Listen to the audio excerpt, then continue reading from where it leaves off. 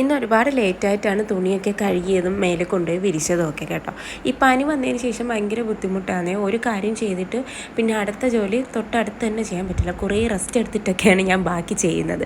അങ്ങനെ ഓരോന്നും ഇതാണ് ഇപ്പോൾ ഓരോ ദിവസവും നടന്നുകൊണ്ടിരിക്കുന്നത് കേട്ടോ.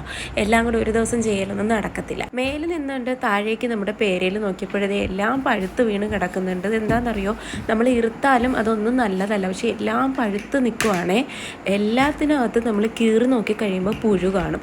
എനിക്ക് തോന്നുന്നു വവ്വാലോ എന്തോ ഒരു സൈസ് ചെറിയ പക്കിയൊക്കെ വന്ന് കുത്തിയിട്ടായിരിക്കണം അങ്ങ് നശിച്ചു പോവുകയല്ല. പക്ഷെ ഭയങ്കര കണ്ട റോസ് കളർ നല്ല മധുരം. പക്ഷെ ഒന്നും ഇത്തവണ കഴിക്കാൻ നമുക്ക് കിട്ടുന്നില്ല.